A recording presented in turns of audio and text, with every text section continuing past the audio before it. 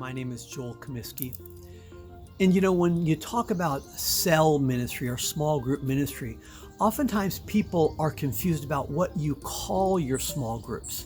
Is there one particular name that you should use? And I don't really think it's so important what you call your groups. In fact, I prefer life groups. The more important thing is the definition of your small groups. And as I've studied small group churches around the world, I've come up with this definition that characterizes these small groups that I've seen. Groups of 3 to 15 that meet weekly outside the church building for the purpose of evangelism, community, and spiritual growth, with the goal of making disciples who make disciples. Now let's unpack that. Groups of 3 to 15. Somebody said that community starts with 3 and ends with 15. In other words, 3 is the bottom line number. If it's just 2 people, that's more one-on-one. That's more counseling. There's a place for that. But the group size starts with 3. And beyond 15, it's more like a congregation. People really can't share freely. The timid person doesn't have the same liberty. And by the way, that's what I found in my study of New Testament house churches. They were very small. They could only fit 8, 10, 15 people. The upper room of Acts 2 was the exception. So 3 to 15 that meets weekly. I'm a big proponent of weekly meetings. Frequency is important in small group ministry. If you're only meeting once a month and a person misses one meeting, that's every other month. Now, I'm not saying that everyone will come every week, but weekly is important. Jim Agley and Dwight Marable did a study embodied in the book Small Groups, Big Impact, and they discovered that weekly meetings were far more healthy. 3 to 15 that meets weekly outside the church building. And the idea here is to penetrate. Small group ministry is a go strategy. It's not a come and see strategy. There's a place for the building, worship, teaching, so on and so forth.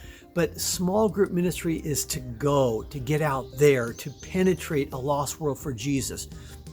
The main place to meet are homes, and yet some might meet in a park. Some might meet on a university campus. Outside the church building for the purpose of evangelism, community, and spiritual growth. Evangelism is so important. Groups are not to close their doors to outsiders. In fact, when new people come, it actually brings health to the group. Evangelism, community. We need that spiritual family nowadays. We need to know that we're brothers and sisters, like in the New Testament house churches. This is so essential in today's impersonal society. Community and spiritual growth.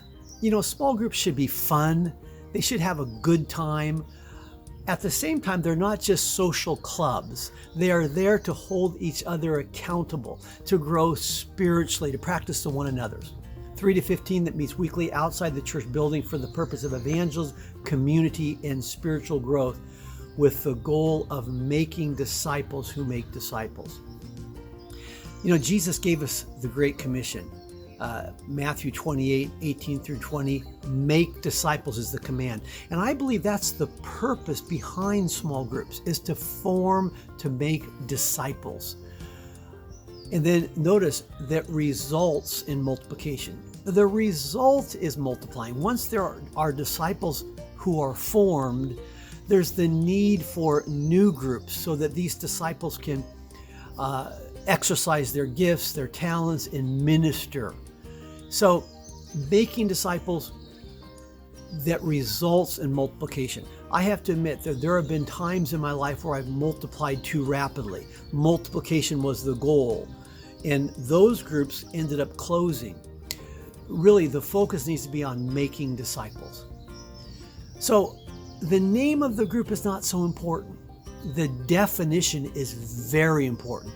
That's the heart of small group based ministry, and we need to make sure that we are maintaining that holistic flavor of our small groups.